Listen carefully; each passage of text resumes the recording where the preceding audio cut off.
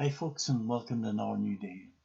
Well done, you're the person that got yourself here, and using all those skills and abilities and strength within you, you'll get through another day. Um, we talked in our last anchor video about recognizing the signs, physical signs in ourselves very quickly, and then asking ourselves to leave as soon as possible.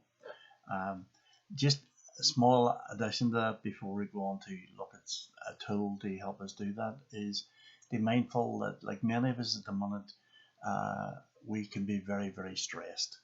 And stress takes many forms: physical, emotional, behavioral, and physically it can be a tight chest or indigestion or persistent headaches or skin problems or even stiffness, things like that, frequent pins and needles. Emotionally, you can be very anxious and fearful, even feeling tearful, lacking confidence, not being as humorous as possible, as usually. Behaviorally, you might see, like many, increased consumption of alcohol or nicotine or drugs, or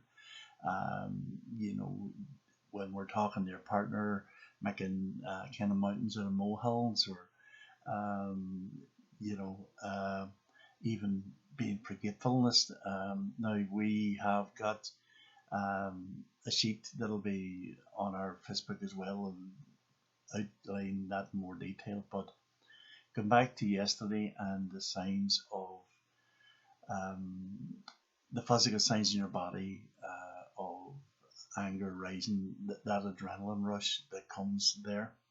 And we look at in the next video about the consequences of that if it's not dissipated in a healthy way. But one of the tools we ask you to do, and some people think it's stupid, and how can this work, is count to 10. Now, count to 10 particularly slowly and focused on your breathing does an awful lot of things. There's a good psychological reason for that. As we do that, we take our focus away from the individual or the situation that we feel is making us angry, and we bring it back to ourselves and on our breathing, and we can slow our breathing down and remember and count. We are shifting the focus. And then beyond that, then we have to give ourselves a really good reason. Why will I not stay here? Why is it better for me to go away? As you already heard me say, if you're not on it, there's no argument. So, two reasons for that. The first reason is I've been doing this for a long time. I've never met anybody yet who ever said they resolve stuff when they're angry. We talked about throwing adult tantrums, and you might roar and shout and get stuff out of you and might feel better because you've released the energy, but in doing so, you've created a lot of damage.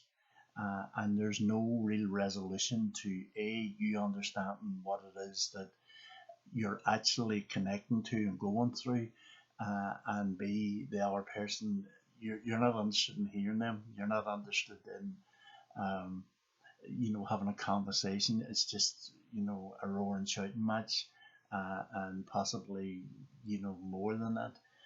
Um, so that's the first reason you talk to yourself a bit, because you're the only person in your head when you're trying to deal with this. And I mean, while this might sound stupid, count to 10 and talk to yourself, it's you being able to take back control and be able to manage your anger in a healthy way.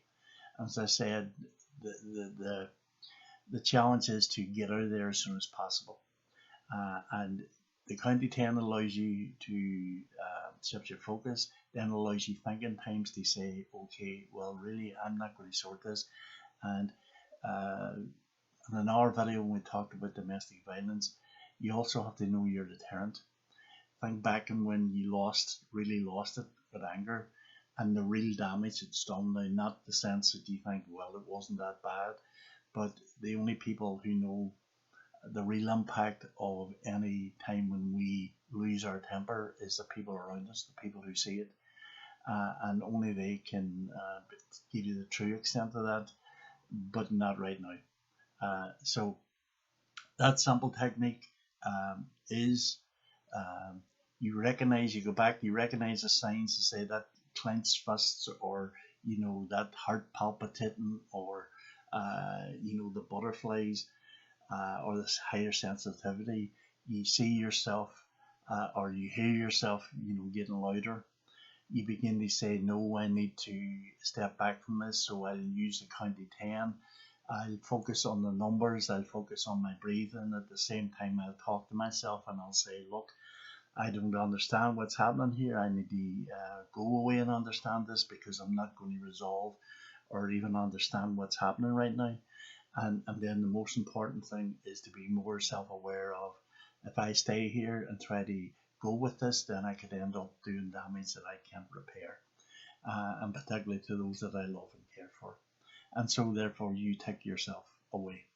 And as I've talked in the past episodes, it is when you go away and try to calm, or after you've calmed down, and we'll talk in the next video about some techniques for doing that. It isn't possible. It is important that you're able to maybe recall again as much as you can, what it is you were thinking, what it is you were reacting to, what the trigger was, um, what you were feeling, and again, as I say, maybe identify what the word or the look or the stance or anything it was that led you to react in the way you did, because in there will be an insight to what it's connected to. And as we've talked in before, it's very often connected to the past, and we need to understand it. So then in the presence, if we meet it again, when we're using that count to 10, we begin to tell ourselves, oh, I've come across this before, this is no reason, I need to go in, find out what's going on. So again, in all of us, I'll repeatedly say to you, talk gently to yourself,